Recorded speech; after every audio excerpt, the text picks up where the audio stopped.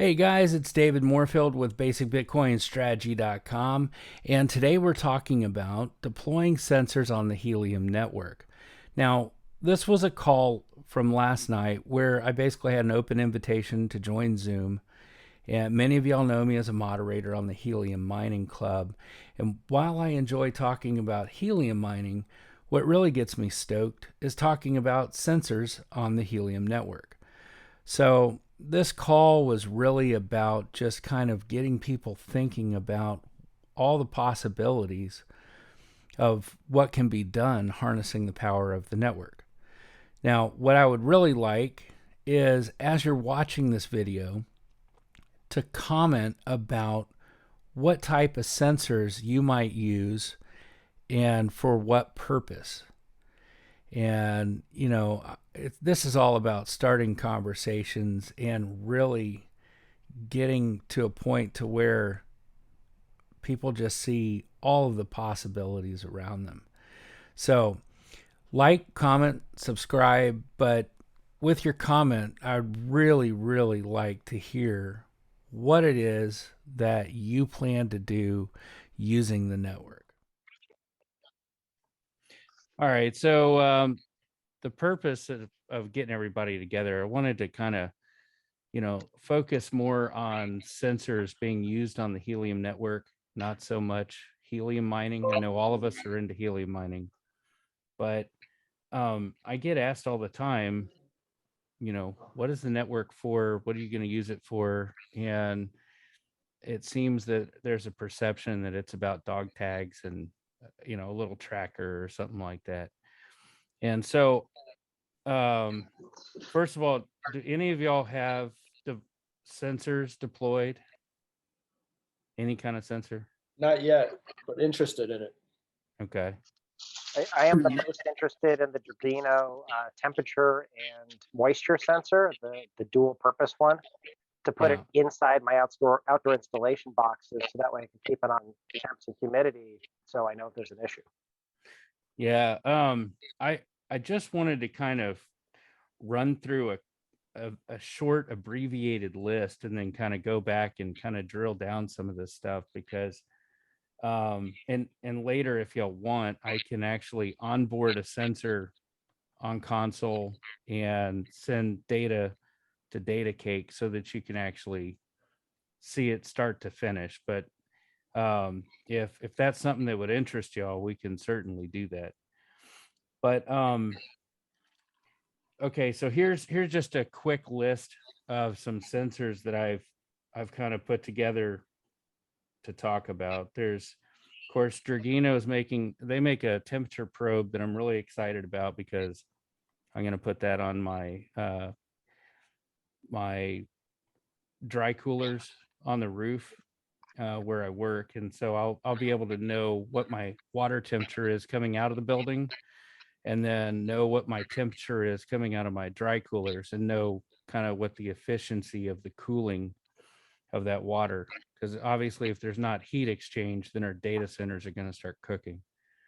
And currently, where I work, we cannot connect anything to our network that is not absolute essential because of some very strict security guidelines. So I actually have helium connected sensors in our data closets, and I can track temperature and humidity in there, and I have it set to send me email and text if the temperature or humidity gets outside of a certain parameter. And so that's pretty cool because it's independent of our network, and I don't even have to go through our IT guys. Nice. So yeah, we got plenty of helium coverage. May as well use it, right? So let's see. I'm gonna guesstimate, but I'm gonna say like in the last 3 months, I've used, I don't know, 40-50,000 data credits. And that's with 20 sensors deployed. But if you figure that you can get 1 million data credits for $10, that's fantastic. Huh. So I can probably go till next year before I have to buy new data credits, unless I just get really stupid with some of the stuff around my house. All right, so the temperature probe is cool. Now, Dragino makes a sensor node that basically that's what several other sensors are based off of, but the node itself, and Kiko, if you're still with us, maybe you can correct me if I'm wrong, but it has a bunch of connections that you could program for dry contacts with anything. So HVAC, security systems, anything that has dry contacts that open or close can be connected to that node. And now you can send that data through LoRaWan, which I think that's pretty awesome. So they have temperature and humidity, leaf moisture, soil pH, soil moisture, light sensors, door contacts. You know, you open up the door. That's what this is. Basically, it's got a magnet. And when this is removed from the magnet, it calls out and says, hey, I'm open. And then when the magnet goes back to it, it says I'm closed. So I've got one of these. I've got a couple of these at home, but I put these on our AED cabinets at the office. So if anybody ever accesses an AED, I'll get a text message in about 30 to 45 seconds. And so that'll alert me that possibly there's a medical emergency in what floor. Wow. So water level sensors. Dragino makes a fantastic sensor. It's basically just two metal prongs that sit against the floor. And if water goes out onto the floor, it closes those contacts, it calls and says, hey, we got a problem. Now, it was real easy to sell that to the CEO because one Friday night, according to our CCTV, a carbonator in our kitchen blew out, and it was not discovered till Sunday night when somebody was up there. So that started on the 10th floor, water penetrated the 9th floor, and there was a waterfall in the 8th floor. So to ask him to buy some $25 water sensors that I could put underneath all the sinks and buy the carbonators, that was like a total no-brainer. And they work great. I mean, if I were a plumber and I was doing a water heater, I would wire one of these in without the battery. Just wire it in so that if that water heater ever burst and goes into the pan, I could know and call Mr. Smith and say, hey, Mr. Smith, your water heater is possibly leaking. Can I come by and check that out and maybe save Mr. Smith a couple $1,000s in damage to his house?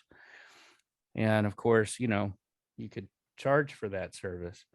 So, all right, getting back to other things that can be done. There's microwave radar distance detection, which sounds like what is that? But think of basically it's going to send a signal and tell you how far away something is. So living in Houston, we have floods. And so quite frankly, the city could easily put these under all the bridges and know the level of the water as it's coming up and be able to know what side of town is flooding and what side isn't. I mean, they already have certain other things out there, but redundancy is key. And so that's just one example. I could see where, you know, you could put these on the roof of like the ceiling in a parking garage, and you could tell when a car is parked there or not, things like that. Cool. Yeah. They even have LiDAR sensors. Ah, So that's kind of crazy. That's also a distance type sensor. And then another one of my the companies that I really like is Seed. I'm sure all of y'all know the sense caps, but they make some pretty cool sensors as well. They have barometric pressure, soil moisture and temperature, CO2.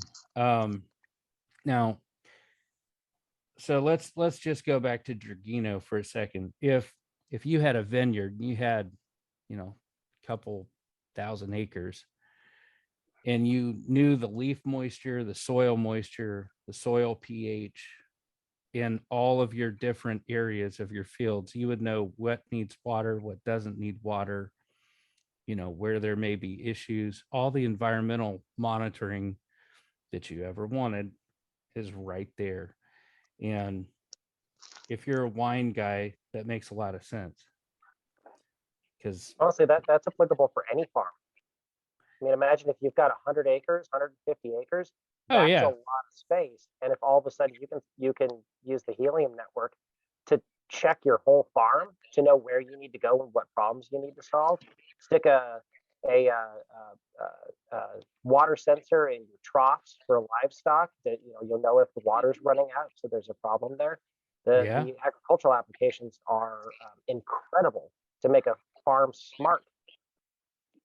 Yeah, and these signals can go for miles, which is, again, that's pretty cool. And then they can be solar powered, so you don't have to run power to them, or they can be battery. Some of these, they'll run a couple of years on just a battery. They're so low power. So here's another example. There's a 9-in-1 weather sensor that measures air temperature, humidity, barometric pressure, light sensitive intensity, rainfall, wind speed, wind direction. That would be kind of good to know, especially in the agricultural monitoring. So there's all of these different uses. There's a company that they make a wearable that senses heart rate and respirations and has GPS that you can, let's say if you want to geofence it. So if you're running maybe a senior living center and you have people with Alzheimer's, you don't want them leaving the area, the property. You would get a notification if that sensor goes outside of that geofence, or if they're having some type of respiratory or cardiac event, it could notify you. So, I mean, really, the more I look into things, the more I can't stop thinking of all the different areas that all of this could be used. So, y'all have questions so far? No, but that's interesting. Hey, I've got a question. So you buy these devices, these sensors, and I heard you say you have to buy data credits.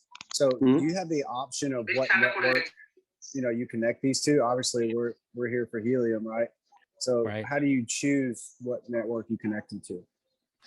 You would onboard it to whatever network you want. If you want to set up your own gateways and have kind of a private LoRaWan, you can do that. The thing about Helium is that, in the past, if you wanted to use LoRaWan, you had to put gateways out for every place that you want coverage. With Helium, we are building it for them. And so, like, if I'm driving around Houston, it's pretty hard to find an area where I don't have good Helium coverage. So let's see. And I'm in Dallas, like under my activities, I can see data transfers that my hotspots participated in. Is that associated with these devices, basically using my hotspot? Yes. So everybody's hotspot, its sole purpose is to receive sensor data and forward that to the network. It's just a relay. Now, proof of coverage, of course, is what we're all excited about because we're all into mining. But, you know, the underlying purpose is instead of building a bunch of towers across the globe, Helium basically enlisted all of us to do it for them. So this is the Yabby from DigitalOcean, and I haven't programmed it yet because I don't have the cable for it, but basically it runs on 3 AAAs, and you know, it's in a little waterproof housing. You could, I mean, if I had a oil field yard or something like that, I would put this on every single piece of equipment so that when somebody comes in at 3 a.m. and drives off the property, I can show up with the red and blue lights shortly after and take that property back. I've actually been involved in a situation where I had some, I don't know much about the oil field, but mud sleds from the oil field. They were going missing, and they're not cheap. And so they paid us a lot of money to go find them. We found them, but this would have been a whole lot easier. So that'd be great for construction sites as well, where they're not gonna be able to set up their own network because they're literally building the property, and they can tag a lot of their equipment with that because thefts at construction sites are rampant, even amongst materials right now because things are so expensive. That'd be an easy way for them to tag their equipment no matter where they went and have it work.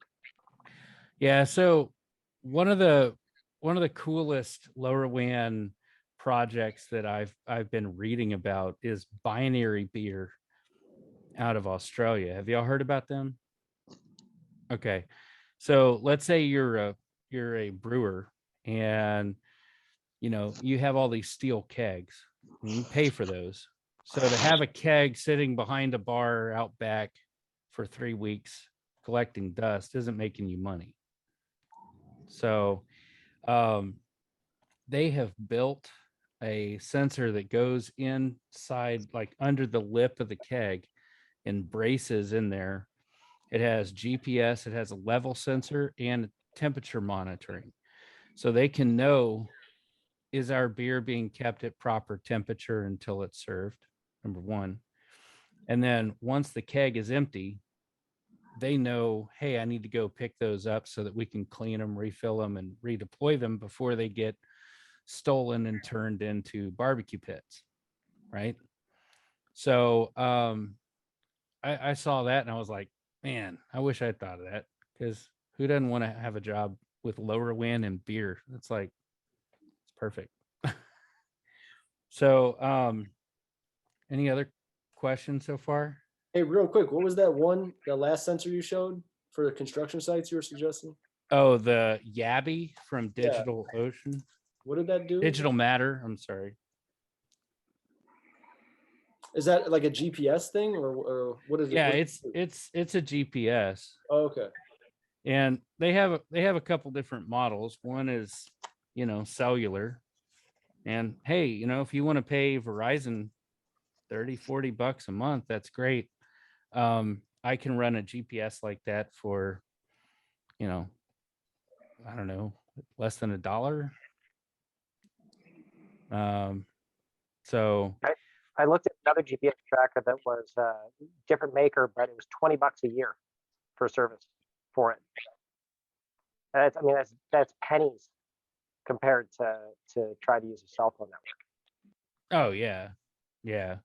Thing is, I mean, if you onboard it and manage it yourself, you can pretty much cut that cost to a whole lot. All right, let me see if I can share my screen.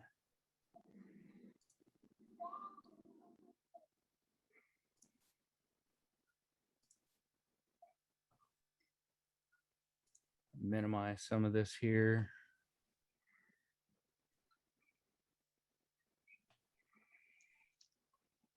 All right. So this is Helium Console.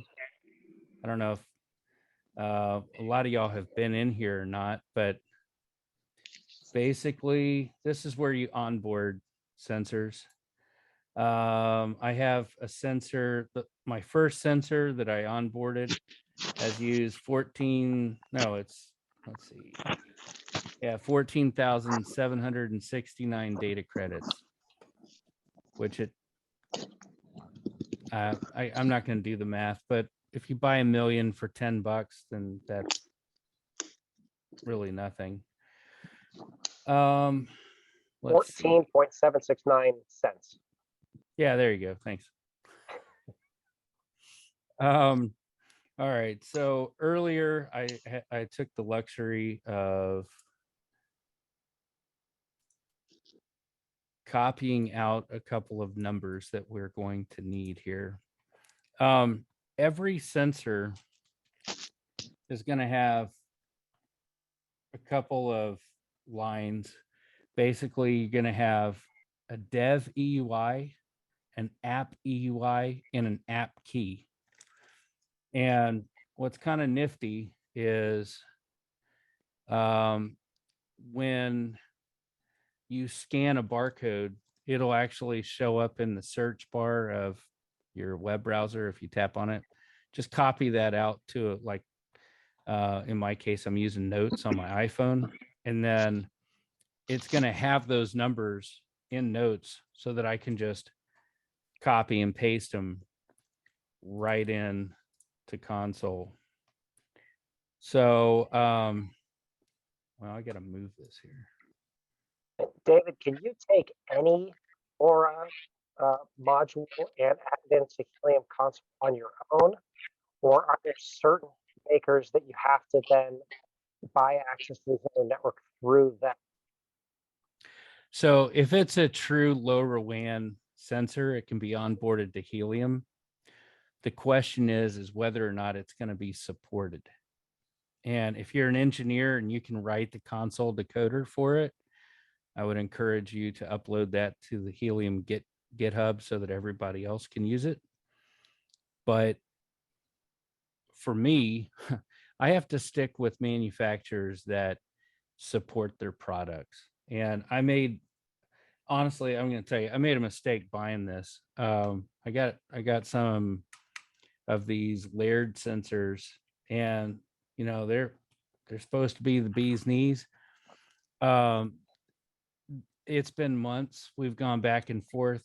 They don't want to support the Helium network. They're a LoRaWan company. It's like, okay, you're a LoRaWan company, but you're not interested in offering support to the largest distributed global network. I don't understand.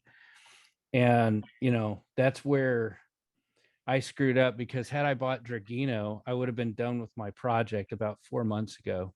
You know, even like some of y'all know I had surgery and that kind of put me behind, but it would have been really easy because everything I've gotten from Dragino is pretty much plug and play. So lesson learned. All right, so I'm going to add a device, and we're going to name this. This is a Tectalic room sensor.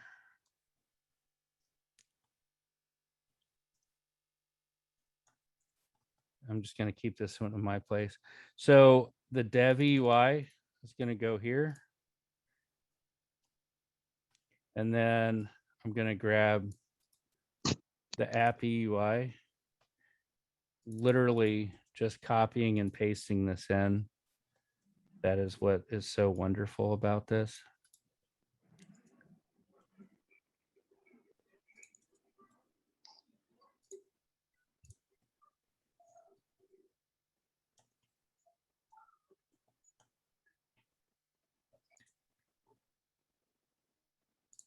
Okay, I'm going to save it.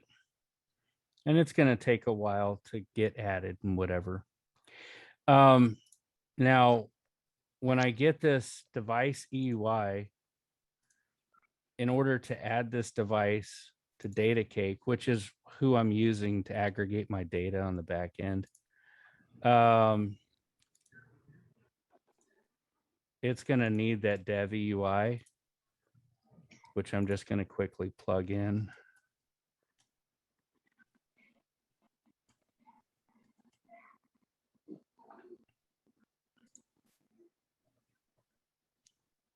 So you're using DataCake to basically store all of your information so you could see what your devices are even doing.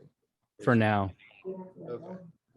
Yeah, at one point, I would love to find somebody to work with to basically write the back end and develop our own back end, because so that's still pending. While that's pending, I'm gonna go ahead and set up a decoder,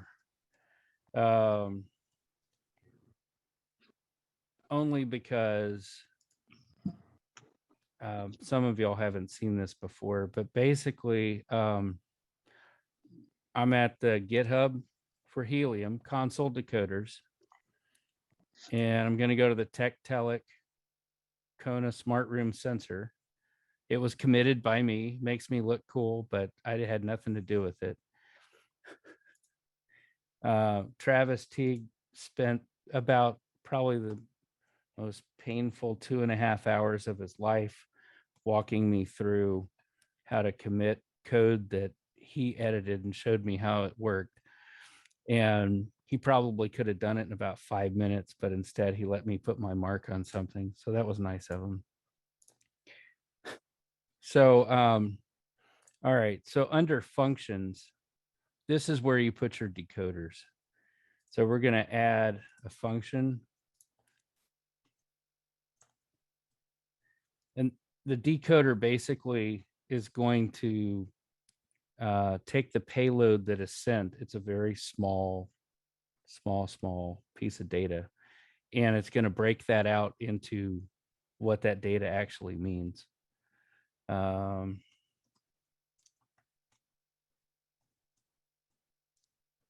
right, and in this case, it's a decoder, and we're going to go with a custom script. And I'm just taking what was in console decoders and copy and pasting it right here. And then we're going to go save that function. Now, if we go to flows, and this is where it gets fun. Let me find my home. Everybody else pretty happy that this is being recorded to watch it again later? All right. Well, I hope somebody gets something out of this, because it certainly took me a while. I mean, I had somebody hold my hand, and it still took me a bit. So I'm going to drag and drop the sensor that I just added. And then I'm going to go to functions, and I'm going to find this decoder that I just added. And I've already got my integration for DataCake. Very simply, when you set up DataCake, it's going to give you an API that you're going to copy that token. And then Helium's already done the work for you. You just say, I have an integration. I want to use DataCake. You put in the API token and name it and save it, and boom, you add it to flows. So now I have my room sensor, I have my decoder, and this is my DataCake for my house. So I'm just going to draw a little line. I'm going to draw another little line. And now it's all connected. So now we have a flow of sensor data going through the decoder, going to DataCake. Now there's one last thing we got to do over here. And that is, oh, look at you. DataCake already knew that I've done a Tectalic before, and so it knew what the decoder was. So it already tossed it in there. That's nice. All right. So now this is the fun part of live broadcast, is to find out if what I did actually works. That's still pending. Well, I'm going to take the tab out of it anyway. And so we should see some lights. And it's going to blink really fast until it finally joins. And what I should have done here, probably ain't going to happen because it's not added yet. But if you go to this debug console, you can actually see the data as it comes across. So we'll just have to wait until that's no longer pending. How long does it typically take from adding a new device into console before it shows up? Usually it's 5 to 10 minutes. Of course, this week it could be 20. Hopefully not. I was hoping it would do it while we were live, but I'll set that aside and we can come back to it. And once it's no longer pending, if it joins while I don't have the debug up, then well, we can always I can trigger it and make it send data so we can look at the debug console.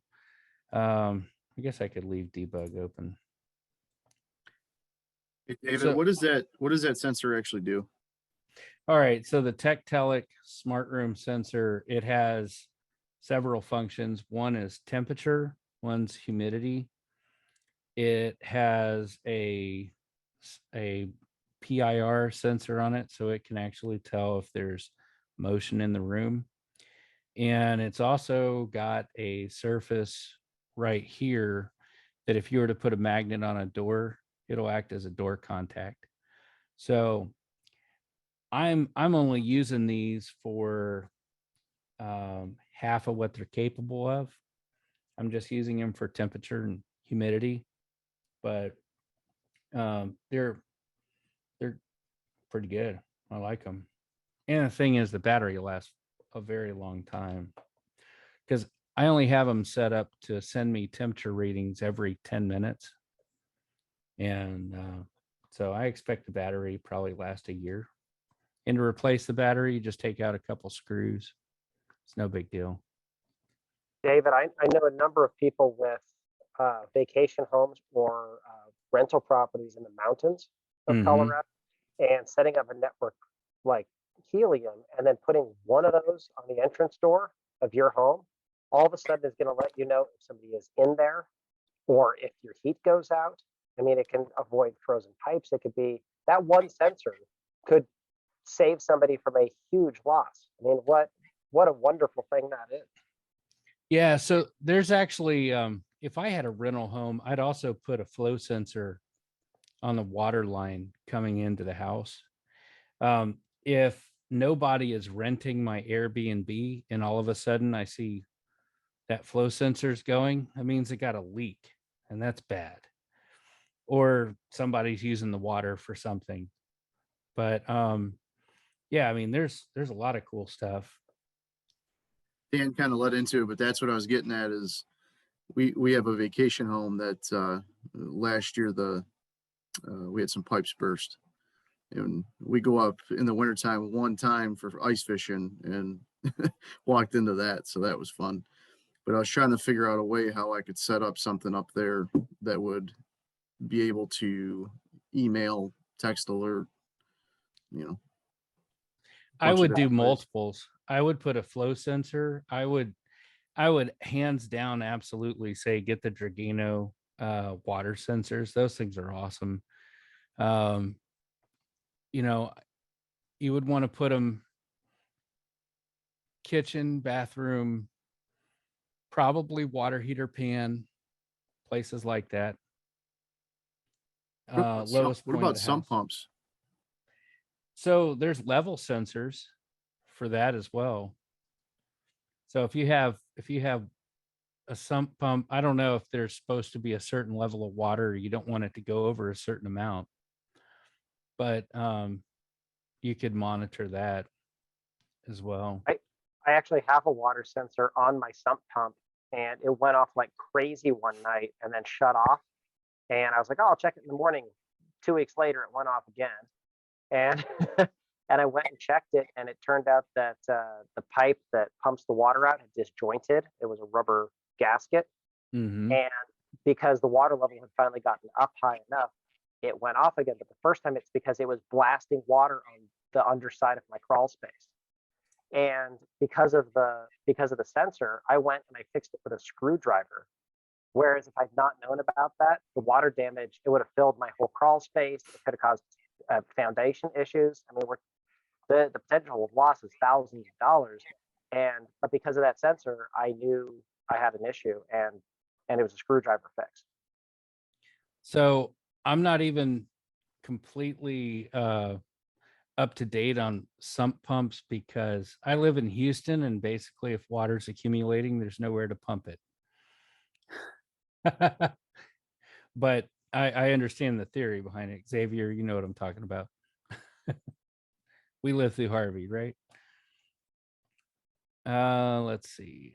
Well, it's still pending. So what other ideas do y'all have as far as where some of these things can be implemented? I would love to see some sort of implementation for smart sprinkler watering systems, because every city and municipality that I see that waters in the rain could save a mass amount of money by being able to control that smartly, but they can't deploy a Wi-Fi network to be able to communicate with those controllers.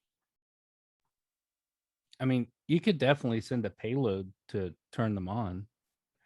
And there's soil moisture sensors. And then all you have to do is wire them up with a charging battery or you could run it off a battery and just replace them every 6 months or so, or you could put solar on it, unless you're in Alaska. They still get sun in Alaska. It's just, it's got to get through the snow. Yeah, I mean, there's a good 4 months where it's pretty dark up there. That's valid point.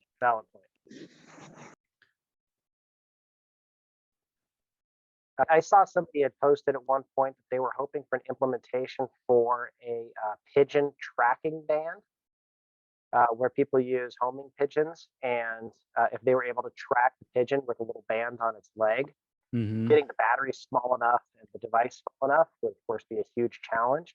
But I mean, you'd be able to actually track a bird or other animals, for that matter. It could be used for wildlife tracking. It could be used by the Forest Service. Well, hell, and at that point, I would love to see some sort of a fire sensor or something that could be put into different areas within the woods. I created a network for Grand Lake, Colorado, and they had a massive fire last year. And getting early warning on that could be huge. So I hope I'm allowed to talk about this. So somebody recently, everybody knows who that somebody is, recently showed me something he's been working on, and that's basically like a handheld gateway. It's not even connected to the network per se. It's certainly not used for mining. It's just to receive signal. But let's say, for instance, if Yellowstone National Park started issuing, have any of y'all seen the little panic button GPS that Drakino makes? Oh man, hold on, let me find this real quick. Yeah, fire sensor or smoke detector will be huge. I mean, I'd buy those right now. Well, okay, so the nature of LoRaWan is it's passive, right? And so if it sends out a signal, it doesn't necessarily, it's not guaranteed to get received. As a backup, I would say, yeah, I would do that. But yeah, but even if it was one that set off like a local alarm, and then right. I mean, because I kind of need those anyways. I was literally just talking to my wife about it. But if there was one that had, that set out the signal over the Helium network, just as a when you're not home kind of thing, Right. that simultaneously alerted, the fire department or whatever. That'd be cool. Yeah. So LoRa Alliance has a bunch of sensors that you can look at just, what manufacturers are making. They do have some smoke, carbon monoxide, CO2 sensors, things like that. Let's say if I had a big piece of property and I had a barn or something that had a bunch of equipment in it, I would absolutely put something like that out there. Let's look at okay, here's kind of a picture of what I'm talking about, and it wouldn't be a big deal to make this into a waterproof case.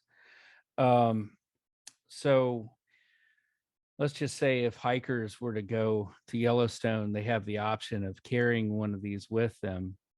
Once they're deep in the park, there's no hotspots, there's no connectivity. But if they were to press the button and it sent a beacon every 5 minutes or so, and you had a helicopter that had receivers for LoRaWan on the bottom of it, you could take your grid search pattern and open that up. Your first search could be 20 miles apart flying, because you could obviously pick that up from a long ways. And I think that's kind of where a lot of things are going to go with some of the other uses for LoRaWan. It can absolutely still be used with Helium, but I guess what I'm getting at is even when there's not coverage, there's still an application there, especially if once this is activated, it can transmit for several weeks. Some of these searches can go on and on. They're so low power that would really help find a stranded hiker. If you're flying around, next thing you know, you get a payload and it gives you their GPS coordinate. That'd be pretty cool. Could work for backcountry skiers too, or motorcycle riders that ride off grid. Yeah, so y'all know Gristle King, or y'all seen him? He was actually at a hang gliding convention, and these guys were using GPS on their hang gliders, paragliders, to be tracked while they were flying around. And that way, if one of them has an unfortunate incident, they know where they went. You'll have that's pretty unbelievable, like the use cases for these things. Yeah. I could see where all kinds of things are going to be talking via LoRaWan. I mean, and the thing is like the data packets are so small and so quick to be sent out. You could handle a lot of traffic. No problem. I mean, I don't really see where it would be that big of a problem, especially around here when, with, let's say you're a GLOMOS. Does anybody have a GLOMOS? Okay. GLOMOS is basically acting as a sensor, and it's sending a small GPS data packet, and then they have aggregated the data on the back end where you can see all the different hotspots that it touches. So get out my trusty GLOMOS here. Since listening in, David is an expert with this stuff. He helped me out a lot. I'm no expert. He is an amateur at it, but he knows a lot more than most. Honestly, he's great, and he's very giving with his time. He's a very generous man. I appreciate that. I'm no expert. I just buy the expert's beer, and then next thing you know, I act like I know something. Hey, I tried to buy you beer, but you stopped drinking. Yeah, I had to, man. That Wilford Brimley saying diabetes. It's not good for me. Hey, sorry. No, it's the most simple sensor, but what's the manufacturer of the door sensor that you prefer? Oh, it's the Dragino LDS, and I have the 01s, but they have a 02, which is better. These have those lithium button batteries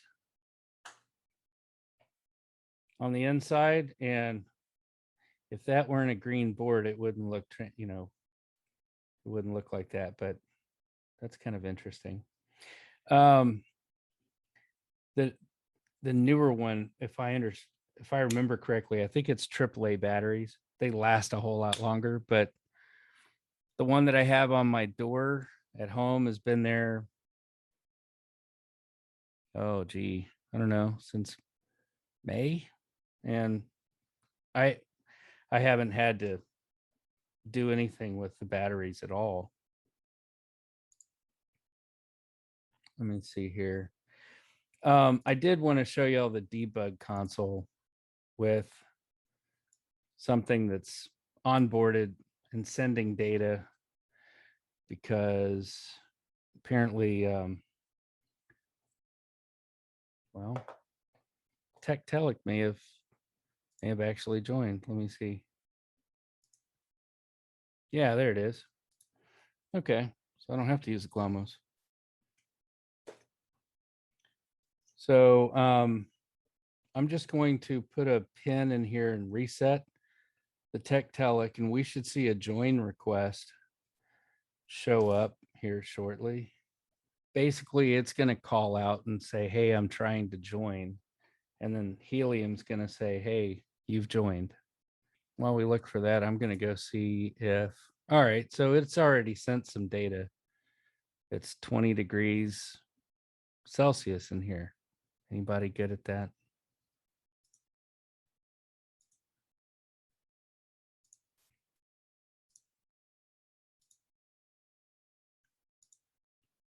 No. 68 degrees Fahrenheit. Thank you. Excellent. Alexa for the win, by the way. Nice. So I've already got a conversion built in to data cake. I named it temperature Fahrenheit. I don't care about the appearance. Anyway, so let's say, for instance, that's my temperature. I can add, let's do battery.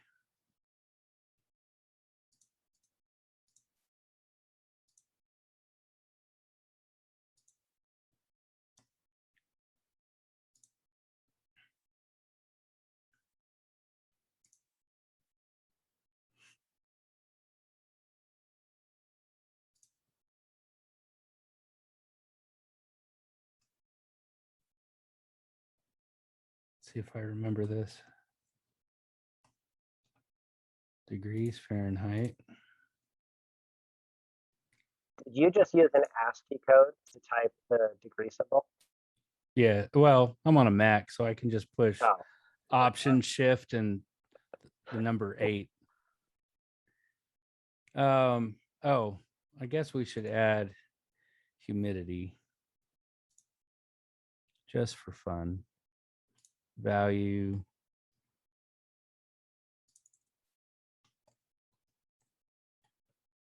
And this is Houston, so it's going to be more humid than probably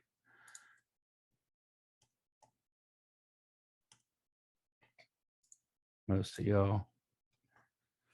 So let's say, for instance, if I wanted to put this on mobile, I could just say create from desktop, override, boom.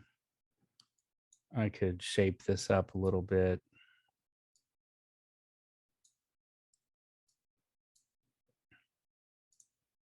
And then I go here, get a public link.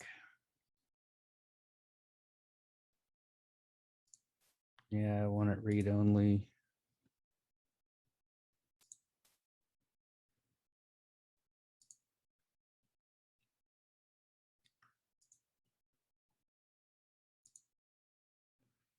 All right, so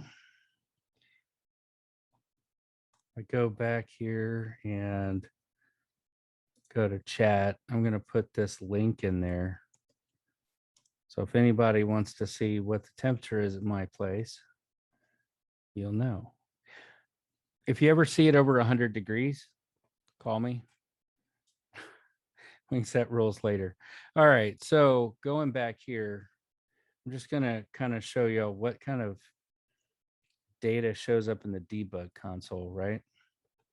So here's the join request, and it's going to tell me a bunch of stuff that, quite frankly, I don't understand. Join accept means that I was able to join the network. What I'm looking for is this decoded payload. And under integration, I can see not a whole lot of information in that one. Let's find another payload.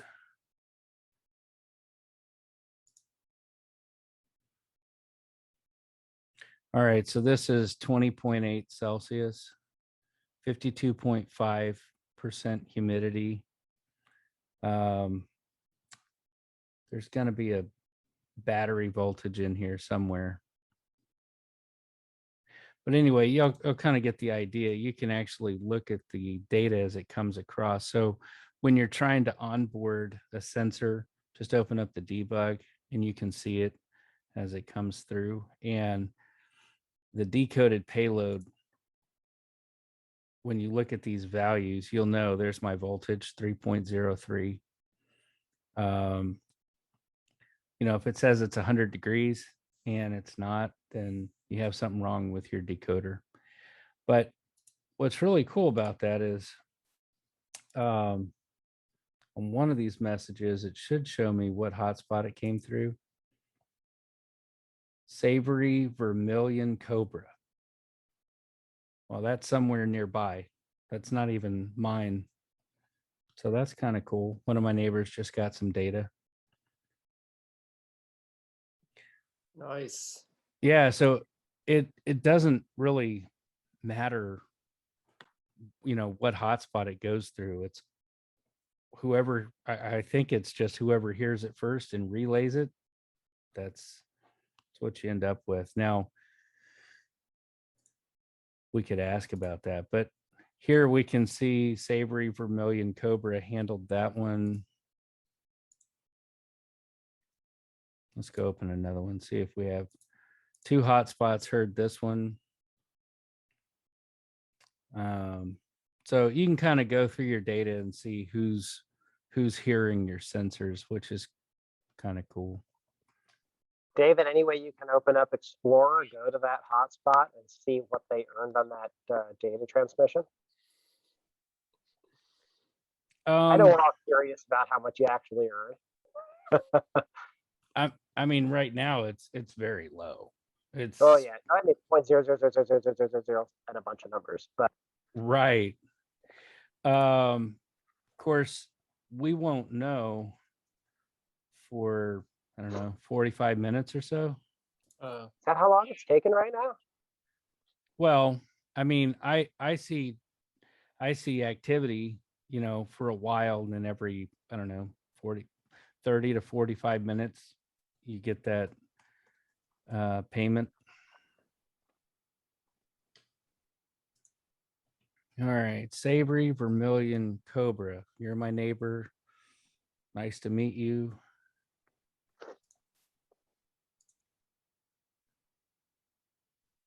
Yeah, so right now it's not showing it. It'll take a while, and then it'll show up here as transferred packets.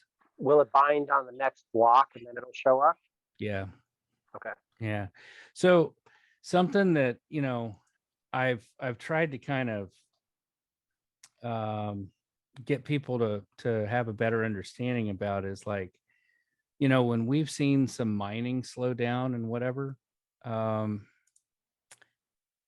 that I haven't seen any interruptions in my sensors.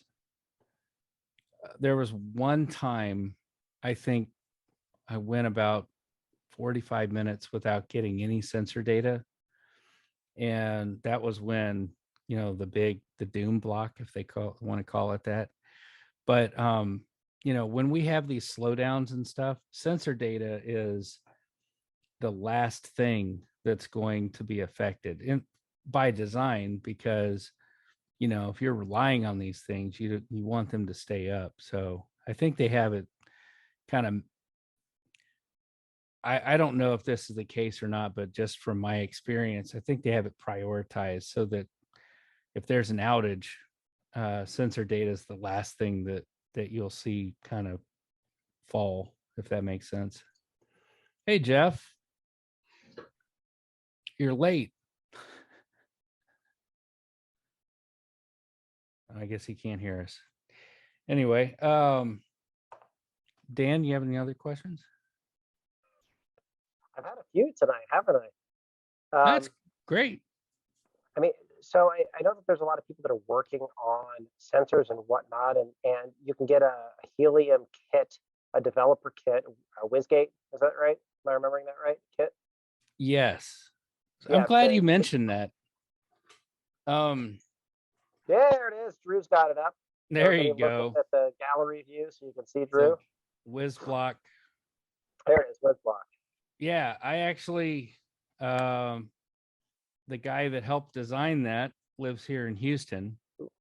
Drew, unmute yourself just in case for the recording. It needs to know that you're active, and then show that stuff again. There you go. This is the developer kit. I bought this right at the beginning, probably Marchish for me. And then most recently, I'm messing around with doing a helium mapper. It's not pretty, but it actually does work. And how complicated is it to put something like that together? Are you talking about snapping stuff together? Are you soldering? You don't need to solder it. It's what's cool about it is it comes with these little screws. I don't know if you probably can't see them, but right there and right there and there. But each chip or sensor that you add to the core, you have a screw that you can put into it. And that kit comes with a screwdriver, all the screws, all the different antennas, all that kind of fun stuff. So it's very easy to put together. There's really not much to it. Like an erector set for building LoRa. Yeah, it's tools. Pretty much just snap them together and then put a screw in. And then once you're done making what you make, do you then onboard it to the console? So with, like I said, this is Helium mappers. So I went to the GitHub and pulled the code and then put the code on it with Visual Studio. And then you got to onboard it onto the console. And then I'm waiting on some battery packs. So I've had to just use a USB cord for now. So unfortunately it shuts off every time I'm not in my car. Yeah, you just give it a power source and it connects just kind of like how David showed with that other sensor, and you can see the uplinks and downlinks, and then Helium Mappers has a map and it actually shows up in hexes where you've been. And did you follow a guide to build that? Did you just figure it out on your own? Was there some sort of instruction? Yeah, there's a couple of guides, and it's tough because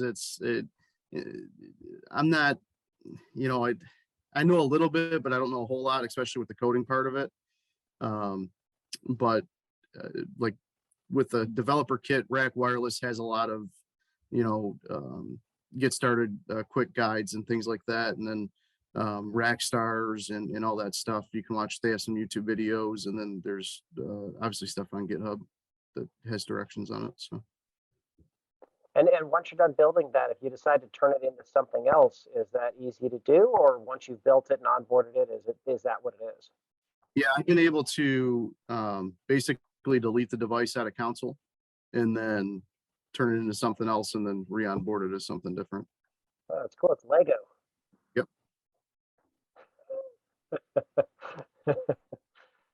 Tectonic. So how many of y'all would be interested in getting a developer's kit? I suppose I'd be interested in playing around with it. Yeah, that would be a near future thing for me. Yeah. Sounds interesting. Okay, so I can give away a developer's kit. Travis let me know that he would drop ship one to somebody, so I've got to come up with a way to figure out who that's going to be. If y'all will just, if anybody's interested, put your name or just type something onto chat, and I'll take y'all. I'll just put a number to each one of you, and then I'll get a random number generator. That's pretty cool. Thanks, Travis. Thanks, David. All right, so we've got 3 so far. Brian, are you?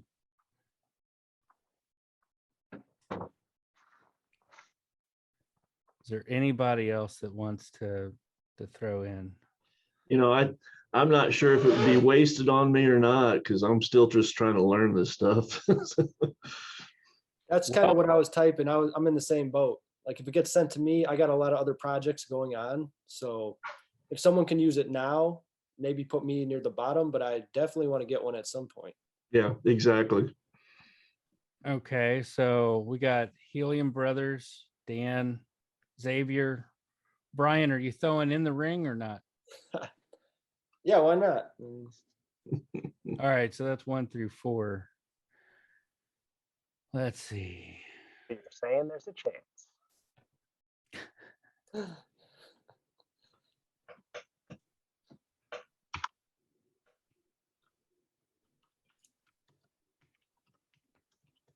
Looks like 1. Can y'all see that? Yeah. Yep. Who was 1? Let's see. Dan, that's you. Me? Hey! Yep. Be careful what you ask for, man. I'll build something cool, I promise you guys. So just so you know, I'm stupid. I got one and I gave it to a developer, like one of our IT developers to play with, when I should have kept it. Yeah. Anyway, long story. I wish I wouldn't have done that, but there's part of me that's like, I've got all this other stuff that I'm getting into. I'm really on the deployment side. You know, I'm ready to kind of go out there and put sensors on everything that needs to be solved. Yeah, Travis wasn't able to join us tonight. He's had some he rides a it's like a board with one big wheel. I don't know what you call it, but he decided to challenge a car with it and lost. So he's still kind of, yeah, but he's doing a whole lot better than I would. So he's got a hard head, but not pretty, man. Of course, he wasn't pretty before, so that works. All right. So speaking of which, you know, his situation kind of got me into thinking about, well, it'd be cool to have like a motorcycle helmet that had an accelerometer in it, that if it got a certain level of shock would send alerts with GPS of where it is. Or probably crash data. Yeah.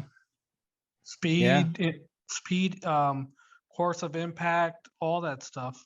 Yeah, I mean, you could do all of that, but you still have the challenge of getting somebody to wear it. So there's a device that does something similar. It's called a spot, and it'll send out a GPS location as you're going, but it uses cellular data, as far as I'm aware. Yeah. And you're paying for that subscription. But this would be most likely a more cost-effective mechanism if they could convert that technology into helium communication. And again, that's all on us to develop a network and make sure that it's got a strong infrastructure to be valid. But you're absolutely right. I mean, for motorcycle riders, that's invaluable. You're often away from everything. You know, if you've ever ridden through Kansas, it's all the same. And not a lot of helium coverage in Kansas. Not a lot of cell coverage in Kansas either. I mean, it is sparse at best. Anything that can maybe communicate over a larger distance. If ranchers and farmers start adding these systems, there you go. In Kansas, all of a sudden you could have a viable network that if you need emergency services, you may actually be able to access them. that could be the best case use of the entire network. Yeah. I mean, that's where I looked into the rabbit hole and I tried not to get too close, and then I got sucked in. And now, Well, what's that? I was about to say, imagine being a farmer in a field and all of a sudden having a medical emergency or something. You've got that button you can push because you created the network to monitor your farm. Yeah. I mean, that could be a lifesaver. So that's exactly what I was thinking about that monitor. I did have an associate actually pass away earlier this year. They were hiking in California and he slipped and he actually got stuck. It did take, I think, 4 days to even recover his body because they were using their cell phone data just where it last pinged off of the tower. I think if he probably would have had it, we probably could have been able to track him down a little bit quicker, maybe even save his life. Man, sorry to hear. Man, that's pretty bad. I mean, that could be standard climbing equipment, hiking equipment. Could be you need to bring one of these devices with you because it has a better chance of communicating than cellular, and if it can give an exact GPS location, and if you could add something into it where if it senses a slip and fall, or it senses a hard impact that shouldn't happen, that it notifies people of an issue. The spot that I was mentioning earlier for motorcycles does exactly that. And I had a buddy that had one, and he had an issue, and he had to let everybody know, hey, by the way, I'm okay. I needed to send out a sensor because it thought that I had gotten into an accident. See, I think eventually we're going to see like GPRS radios, FRS, however you want to look at that, that also have LoRaWan built into them, so that you could use the panic button feature. That, it's not just a singular device. It's a device that can do several things that would benefit hikers. But not just, I'm just saying, just in that very granular example, it would be an integrated technology into a product, which is, of course, what the developer kit is all about. I mean, I don't think we're far away from car manufacturers putting LoRaWan on your car so that it can tell you when it's got issues and can call to your mechanic. I think it'd be cool to just have something that you could plug in, that anytime you get a code, your mechanic would get an email and he would already know, hey, yeah, it's got this problem. Of course, we got somebody out there who's also working on making your car drive itself to get new tires, but I don't want that freaks me out, unless I can talk to my car through my watch and it has a little red light going back and forth. I don't want that. But I could definitely see a lot of these things. Like if I were a company with a fleet of vehicles running around town, I could see where very quickly it could pay itself off in a very short amount of time, going to LoRaWan and leaving cellular devices. You could even use it for Turo if you're a person who rents out your personal vehicle. Yeah. Throw one of those there, all of a sudden someone doesn't return the car when they're supposed to, and you can track them. And it's, the battery's going to last 2 years, and you stick it somewhere or you hardwire it in. Yeah. I mean, honestly, I'd probably leave it battery powered, because then if they killed the car, if the battery's dead, you'll still know where the car is.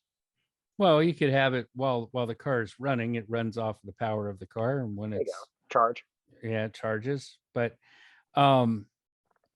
somebody earlier was asking me about what do they call those, Apple tags? Have y'all seen those? And they're like, oh, there's a threat to the Helium network. I'm like, no, it's not. That's Bluetooth. What's the range of Bluetooth? 30 feet. Right.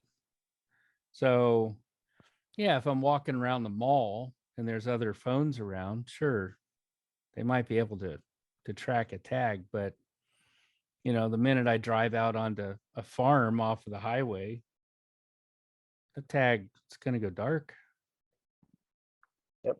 Same argument against the Amazon neighborhood Sidewalk. network or sidewalk. There it is. Yeah.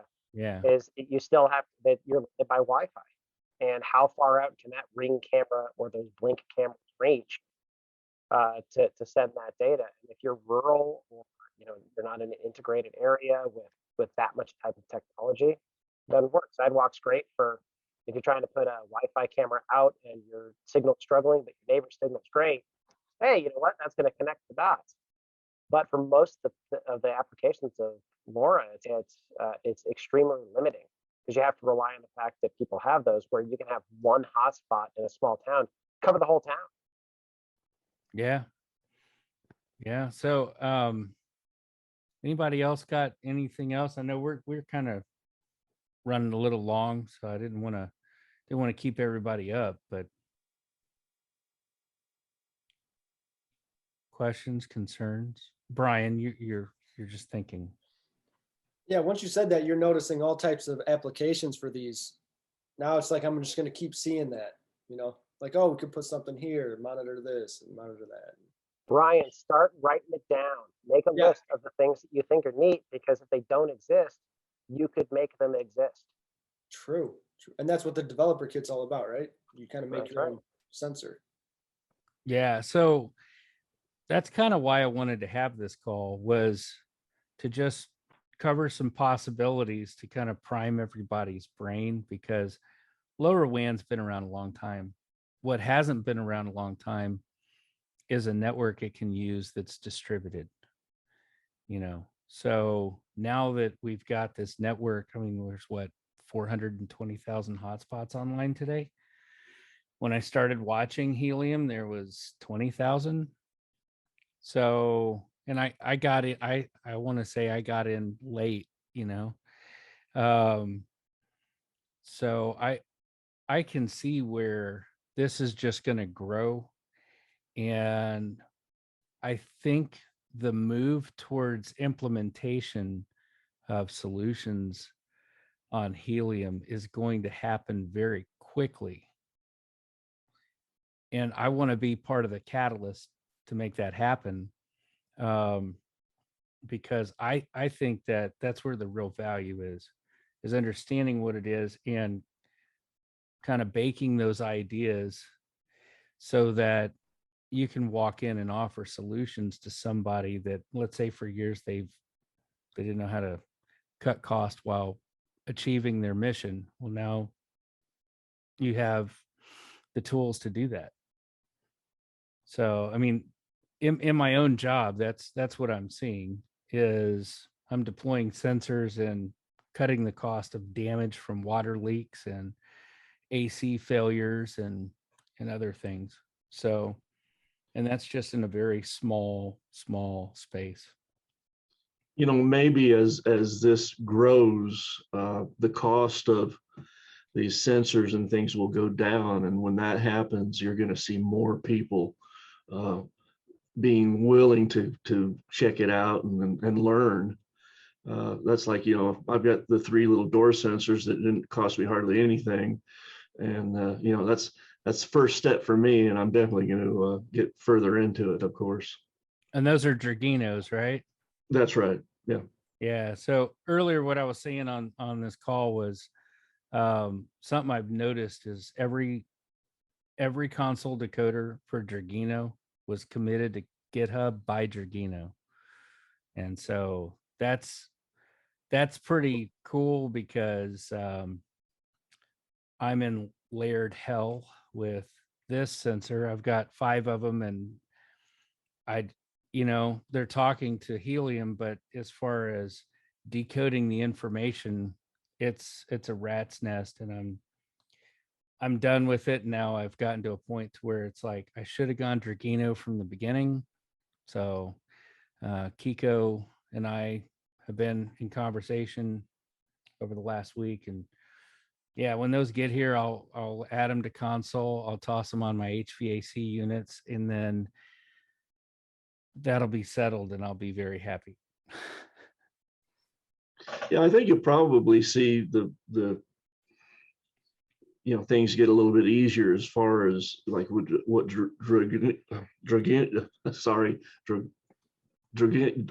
however you say it. Dragino. Thank you. Yes.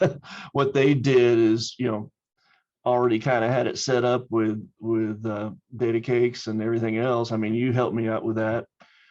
You might see these other outfits do the same sort of thing, just try to simplify things. Yeah. So one last thing I want to show y'all, and then we can wrap this up, is I want to show you my dashboard for monitoring my data closets. So here I've got level 10, 9, 8, 7, and 6. And I can run this bar across and see the temperatures over time for the last week. And then here's my humidity. And basically humidity here, it really, I mean, we have a lot of humidity, and then with the AC, the humidity goes down, and then as it warms up, it gets really moist again. So, but this is also kind of a narrow band between 40% and 70%. But down here and get more granular, I can look at, where my voltage is on my sensors and know when it's time to replace them. So, but this is my real world application that basically I like to show people, like, hey, this is what helium's actually for. I'm able to monitor something several miles away through hotspots of people that I don't even know, because there's just plenty of helium coverage.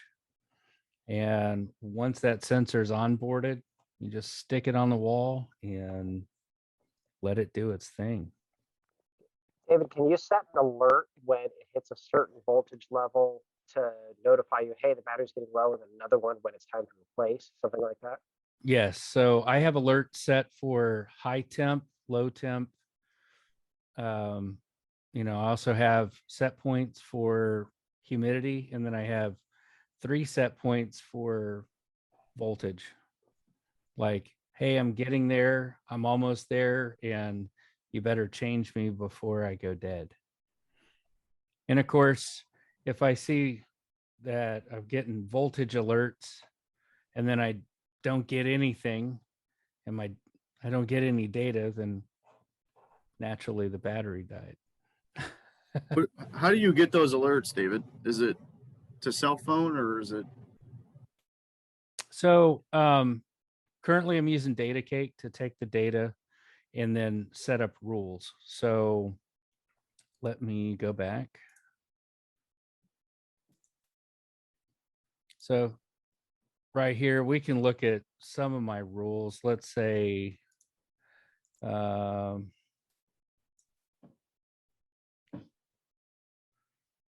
here, we've got a high temp alarm.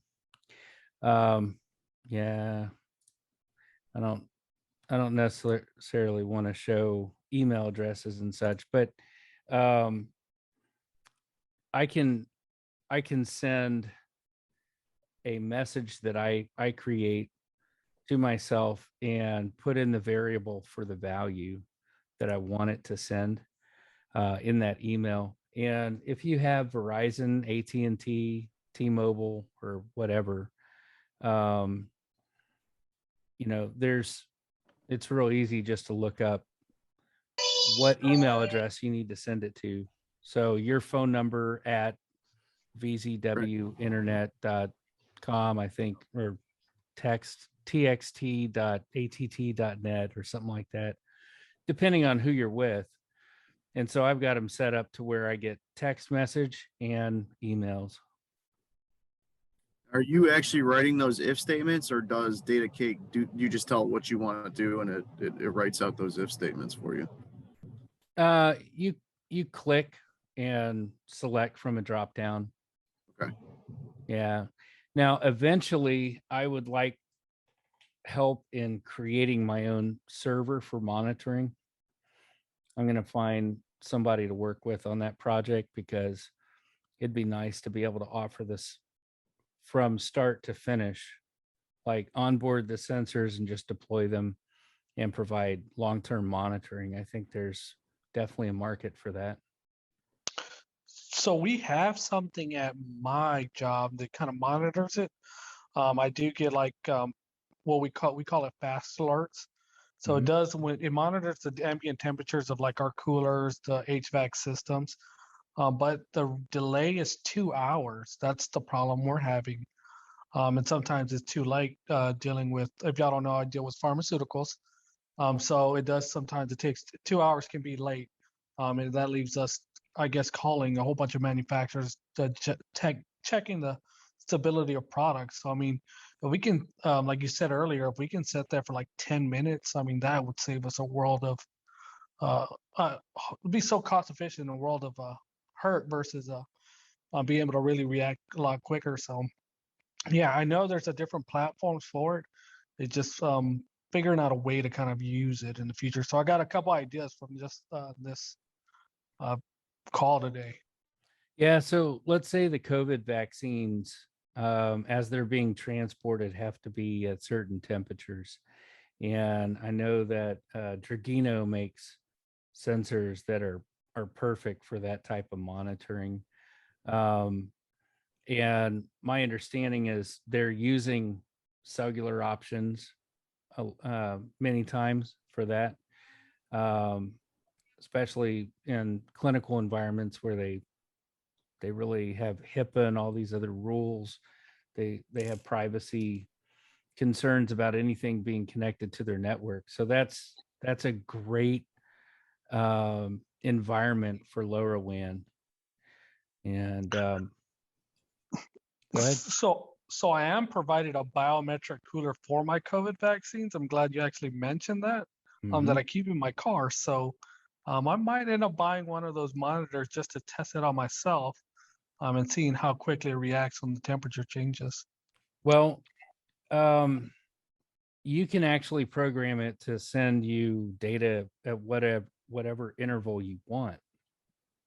And using, like, let's say right now, Data Cake, you could set, hey, I want an alert if it gets to this temperature, and then I want continued alerts every X number of seconds until it's below that threshold. That's real easy to set up. And quite frankly, if you're mostly in Houston, you're in Helium coverage. Yeah, it's all in Houston, and there's times that I've actually had to run in a store real quick for an emergency, and then I come out, and due to the heat, the cooler shut off for I don't know how long. But I think at least having that sensor in there, it would have notified me a lot quicker. So I think that'd be really good. Yeah, I mean, there's other things like I used to serve. I was overseas as a private military contractor, and I was always sick, eating the chow on base. And what was kind of interesting is I didn't understand why I was sick until I worked the search lane. And basically, drivers wouldn't turn on their reefer trucks until they got into the serpentine to wait for the search lane. And they might be at proper temperature by the time they got up there. What the food temperature was prior to getting there, who knows? No wonder I was always sick, right? So I don't think it's too far to imagine that, if somebody had a meat delivery business or something like that, they would put these sensors on the packaging so that, as soon as they get to a certain temperature, they're like, hey, this isn't good. Then they can charge that back to the driver. That's huge quality control right there. Yeah. I mean, that's you're making sure that your drivers are doing what you're paying them to do. I mean, that's and that's your quality of product right there. That's your name, that's your reputation. Making sure that you're delivering good quality product. That's huge. What a great idea. Yeah, I mean, what's that? Like trucks that go across state lines are required to be tracked by GPS. Right. Mercata is a big sensor manufacturer, but those are high dollar, right? So, yep, got my wheels spinning for sure. Yeah, so you know, I could easily see where once this technology kind of catches on, we're going to see hotspots up and down all the interstates. We're going to see street lights that dim to 20% until a car is approaching, you know, an eighth of a mile away, and then they brighten up while the cars are passing, and then they go back down. I guess I should have mentioned that there's sensors that can count how many people are in and out of a building. There's yeah, I mean, just it's nuts. I mean, we could go on forever about that. But you could also have those types of sensors down a highway that then could control the lights to bring them up as cars go by, and then they would go back down, conserving energy. Because energy, we look at the world different now, right? We're all looking for antennas and stuff. Yeah, there are antennas on top of the lights on the interstates already. I mean, they're probably not hotspots, right? Not helium, but I wish it was one of my hotspots. If the city of Houston wants some hotspots on light posts, call me. You know, I'm in with the mayor. I can call. Yeah. You know, I'm in the produce industry, and every truck that comes, I'm in Birmingham, Alabama, by the way. Every truck that comes from, say, California with a load of produce has a temperature recorder on it. I require it to be on there. But the drawback to those temp recorders is it starts when they close the truck in California, and then we see it when it gets to Birmingham. So if the temperature of the truck had gone up or down into areas that aren't good, we don't know that until the truck gets there. So, you know, if we had temperature recorders with this sort of technology, the LoRa, we could pick up that, you know, en route. We would know, hey, this damn load just went hot. It's a load of strawberries. Let's divert it somewhere else and pawn it off, you know. Let's get rid of it while we can. Yeah, and you know, hey, Big Watch, you want some strawberries? Exactly. I mean, but it would reduce your overall shrink and the bottom line. So I mean, that's huge. Absolutely, and that would work in your situation also, Xavier, with the medical industry for sure. Well, and ultimately, it's saving you time. You're saving potentially days on waiting for a bad load, where now all of a sudden you need to replace those strawberries, or if you send them back, there's a shelf life to those. Exactly. I worked for a guy that grew mushrooms, and I mean, you've got a limited window on those, and if they go bad or they get turned around, you're cutting them up and canning them because you're out of. Yeah, it would definitely change how the food industry is handled day to day for sure. It would it would be phenomenal. I see it as potentially life-saving too. Yeah. You know, because let's face it, people die from all kinds of foodborne issues that improper temperatures can cause. You know, Walmart has been exploring blockchain technology for produce, and kind of started with cantaloupe and kale and some other things. They, you know, if they had a cantaloupe that was bad and it caused somebody to get sick, they didn't know which cantaloupes to pull, so they had to pull all of them. Do you remember that, Jeff? Remember quite well. Yeah, but also the media has a little to do with that, or a lot to do with it. You know, we isolated bad cantaloupe coming out of Rocky Ford, Colorado a few years ago. We knew exactly where they were coming from, but the cantaloupes coming out of Texas that weren't affected were affected because of the media. And Right. You can't do anything about that, unfortunately. Well, so the project that I've read up on is they're basically putting things on the blockchain from farm to table so that they can track the supply chain, and they know, oh, okay, it helps them narrow down very quickly where the problem originated, so Right. they can take all of that off the shelf and not make it a big news story, and also save money. Well, and if you could educate the consumer that the technology is out there, that they could quickly tell you where this problem originated, then the consumer wouldn't be afraid to buy a cantaloupe or whatever. Right. Because we could say, hey, this cantaloupe came from Texas, the bad one came from somewhere else. Right. It would exactly. it would basically be like a lot that is bad based on produce, which we really rarely have. Right. I mean, the tracking in produce right now is just it's huge, but it's not very efficient. It's, like you said, Xavier, it's all done with lots, and then you have to say, okay, this lot came from which state, which county, which farmer, which field. It's just, it's mind-boggling. It is there, but it's slow. So basically, if you had one of these sensors on a box truck and it's coming from California and it's driving through Phoenix and it calls and says it's 120 degrees, you can call the trucking company and tell them, don't bother, right?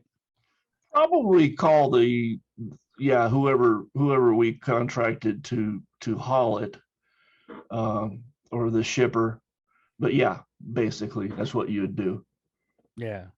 So where I'm kind of going with this is the sensor itself that I would have in mind for that is $80 and run you about a year on a set of batteries. So see, right now all the temp recorders are basically throwaways.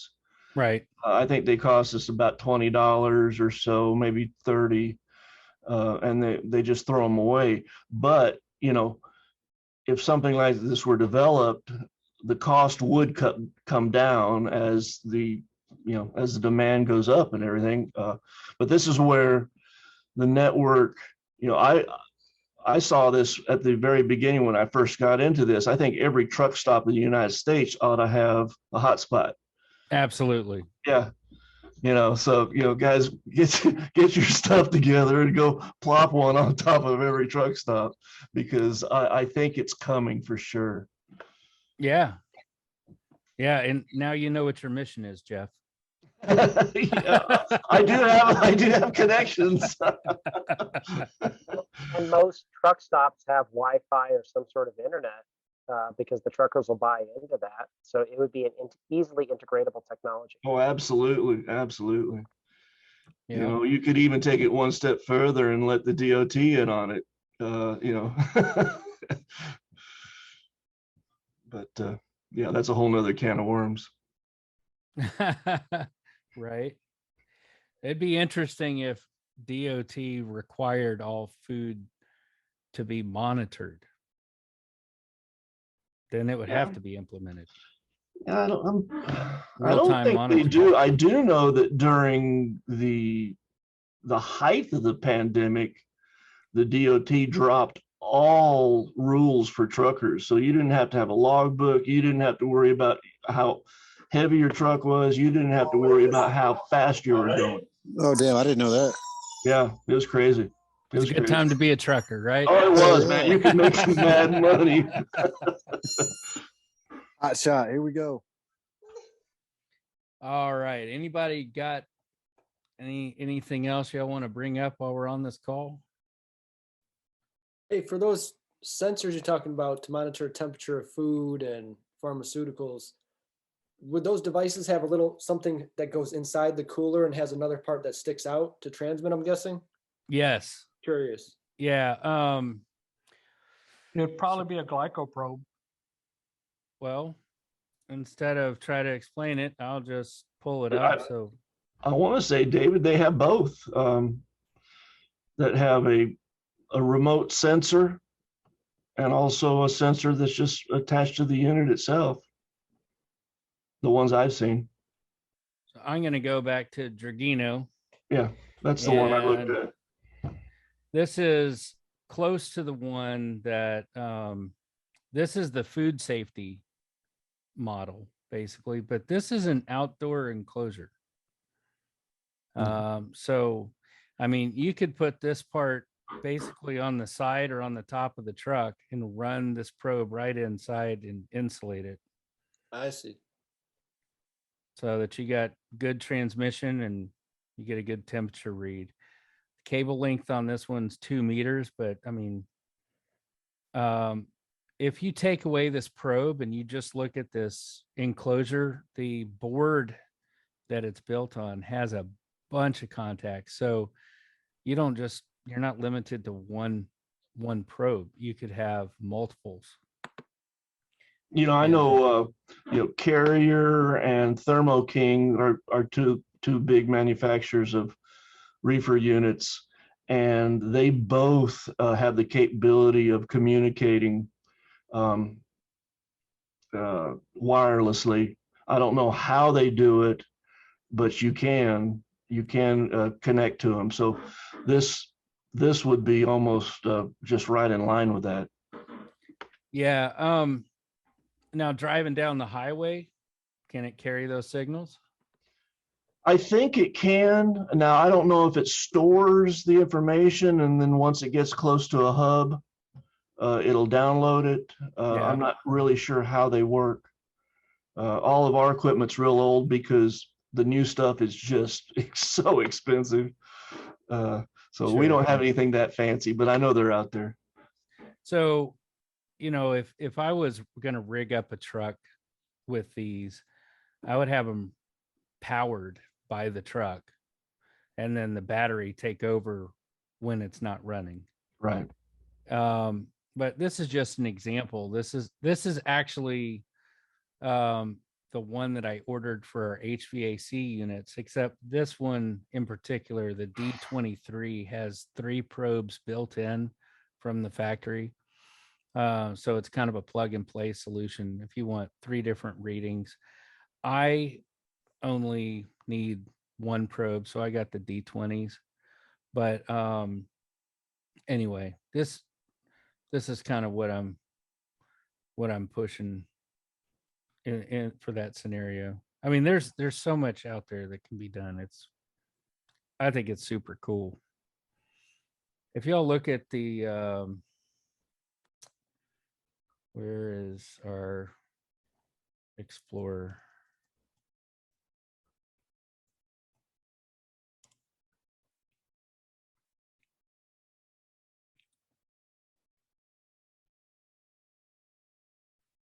I can see several places where you're going to get plenty of data before it makes it over here to Birmingham, Right. California. Yeah. So, and we zoom in on some of these places and it's out in the middle of nowhere and there's hotspots. So, and there's my buddy Blair, the king of Midland.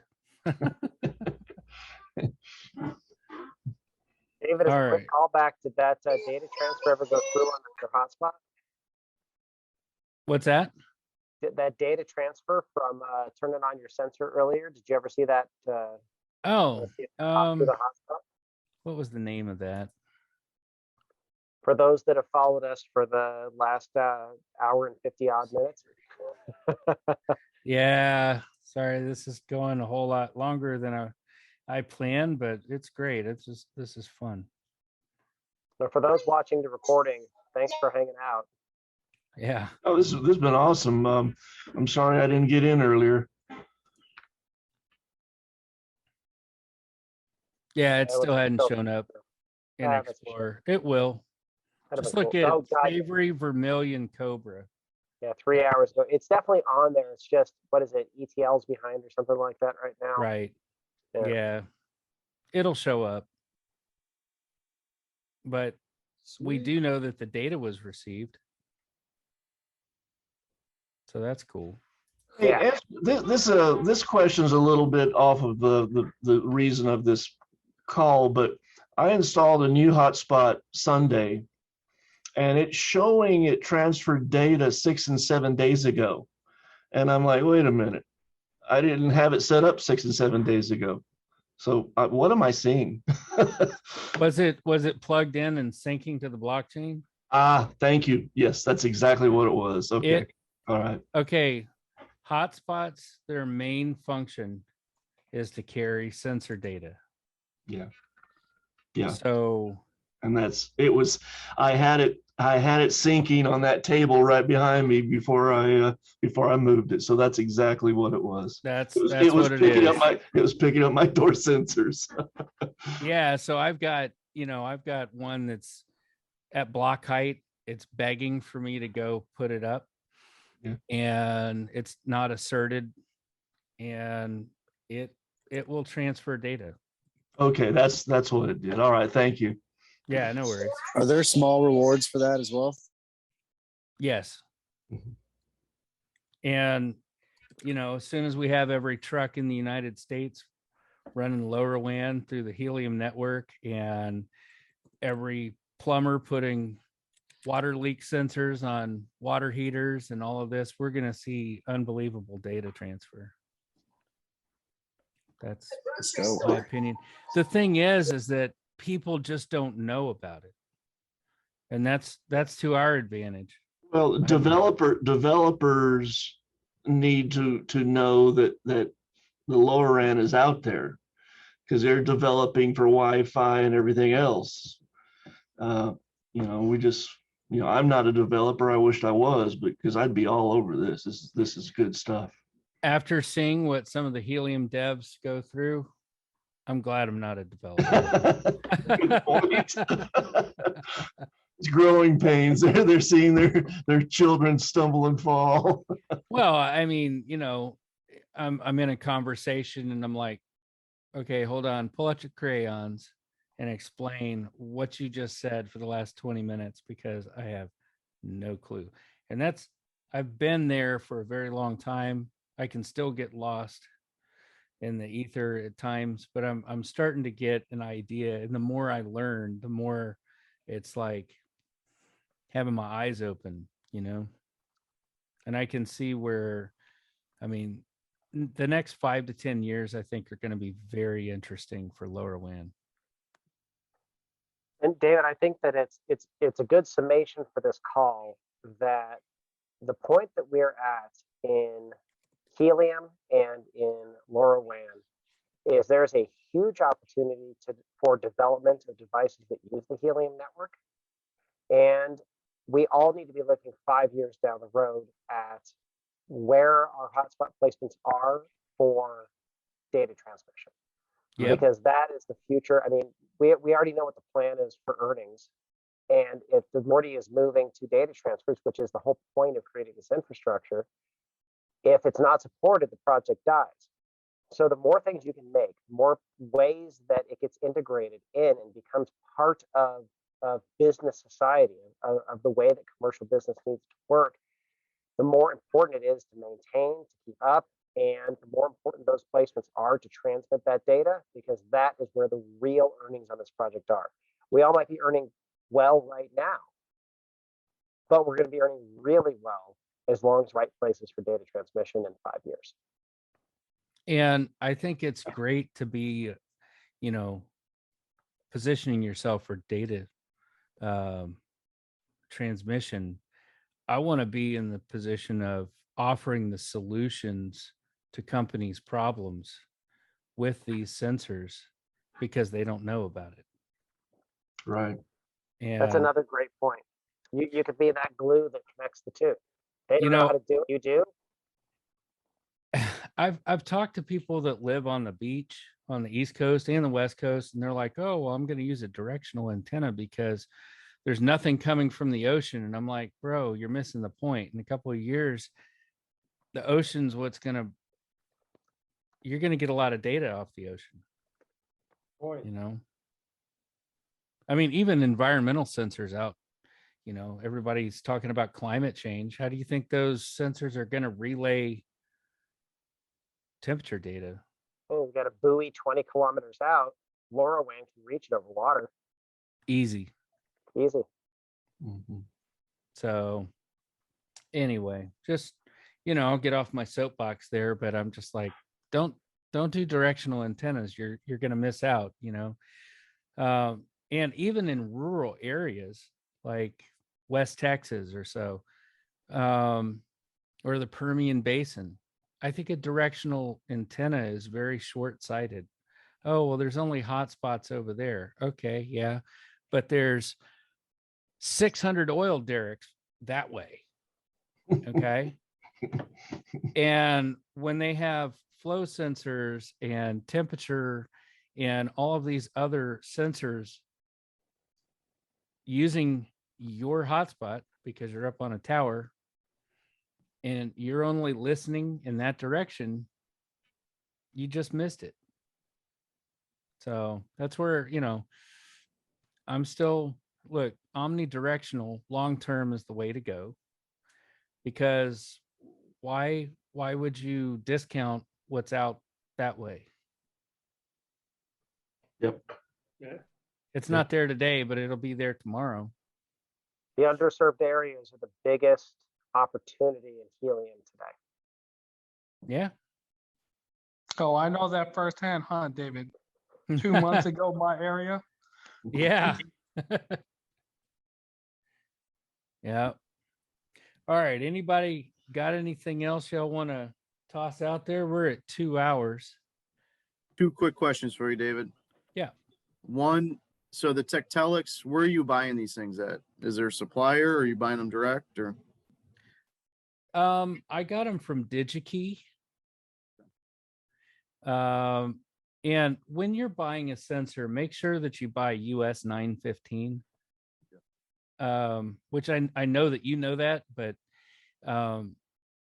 just because the suppliers in the United States doesn't mean that they only sell 915 megahertz. So they have,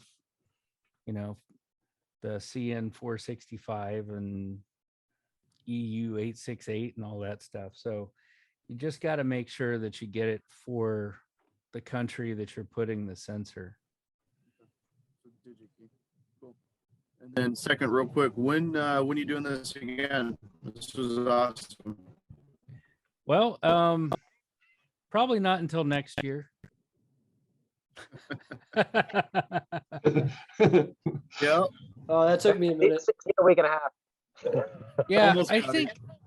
I think the next time we do this, I'll try to find a time where New Year's Eve special. No. No, I need to kind of get a feel for the reason I picked 8 o'clock Central is because I didn't want to be too late for the East Coast or too early for the West Coast. But then, that kind of left out our European folks, and it's impossible to accommodate everybody. None of us are getting up at 4 a.m. to have a call with Portugal, right? So, yeah, I mean, I don't know. When do y'all want to do this again? So you set up a call for like 9 or 10 in the morning. That should catch most of the European folks in the afternoon. And If I do that, it'll have to be on a Saturday. Yeah, then you get the most opportunity for most people to be able to join. Yeah, and that may be the best way to go. It's sort of weird for us to do it in the morning, but for them it's in the evening. And honestly, if you get a worldwide connection, that's not a terrible thing. Yeah, that's cool. And if y'all have topics y'all want to bring up on the next calls, that'd be cool. I'm really hoping to kind of build relationships with some of these sensor companies and basically get them to understand, like, most people don't even know who you are, what you do, so let's start getting some of this stuff fielded so that, Jeff, I think it would be really cool if we could get a Dragino sensor set on a truck from California to Birmingham as a proof of concept. Yeah. You know, Maybe Jeff, we can throw it in there as like one of our pilot programs. Yeah. I mean, I run 13 trucks right now just in the southeast. So, I like tonight I sent 6 trucks down from Birmingham to Louisiana. So it doesn't even have to be cross country at this point. It just could be, regional. yeah. But yeah, I've definitely I have the resources. I just don't have the knowledge, as far as how to make this stuff work. Well, so for my next discussion with, let's say, when I talk to Kiko from Dragino, if I were to send you an onboarded sensor that was just out of the box, you slap it onto something, is that a possibility? Yeah, absolutely. I mean, that's my speed right there. Yeah, I mean, that's what we're talking about. And then, put up like a public dashboard where anybody can look at it, if you would be okay with that. Oh, absolutely. Just Absolutely. to demonstrate, like, hey, look, this is what it does. Well, I talked about putting that latest hotspot up, and actually I did put it in my shop at work. Mm-hmm. I've been talking about this at work, and everybody's like, well, I don't see it.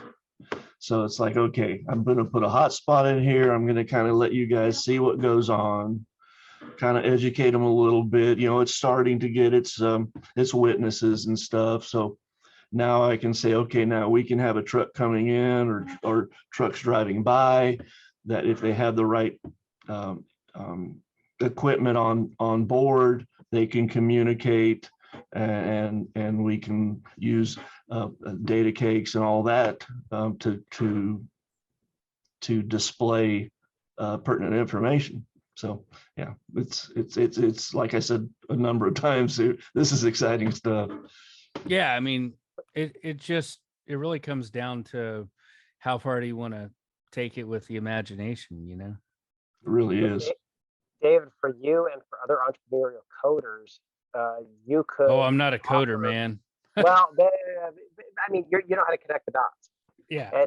But for those that can do that, if you offered a service where you said, hey, you buy this sensor for $dollars and you pay $10, $20 a year for service for connectivity, and you run it through your console, all of a sudden you've got yearly income. Yeah. For setting it up once and making sure that you've got enough data credits in your accounts to cover it. Oh yeah, I mean, that's exactly what I'm looking at. And that's pushing. Huge. Yeah. That is the same thing as mining helium. That is. No, it's better.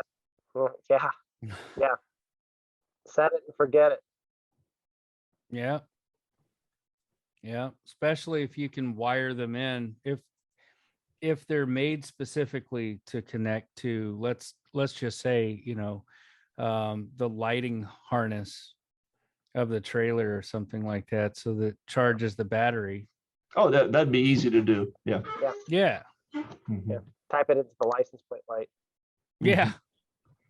Yeah. I mean, yeah, that'd be pretty. Pretty you'd have to go the DC route, or but that's easy. Oh, these are DC. Yeah, I know. That's what I mean.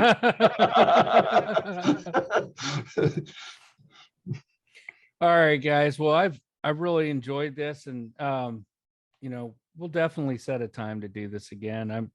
I'm glad we could kind of have a small group so we could kind of chat and talk about this stuff. And if anybody's actually watched this video to this point, then next time we'll try to make it to where you can join us. Anybody got anything else in closing? Well, David, just David, Yeah, thank you for putting this together and everybody jumping in. It's awesome. Yeah, definitely. It's been fun. The only thing that's missing is pizza and beer, right? Yeah. I've been drinking whiskey the whole time on the calls. Yep. I saw that, Dan, and the way you were pouring it, I thought you had like a 16-ounce cup because it took a long time. No, it is wee Glencairn, but I've got bottles to choose from. That's a portion. That's So, nice. You know, Nice. I was having fun. Why don't you get R2D2 to bring it to you? Oh yeah, he's a barrel cooler. You know. Nice. All right, well, thank guys. you very much. Yeah, Thanks, it's been David. fun. I'll Good see you meeting all you the guys. next time. Yes. Good night, Take Tom. care. All Merry right, thanks, Christmas. everybody. Merry Christmas, everyone. Yeah, Merry Merry Christmas. Christmas. Guys. Hey, David, I just had a small question for you. Okay.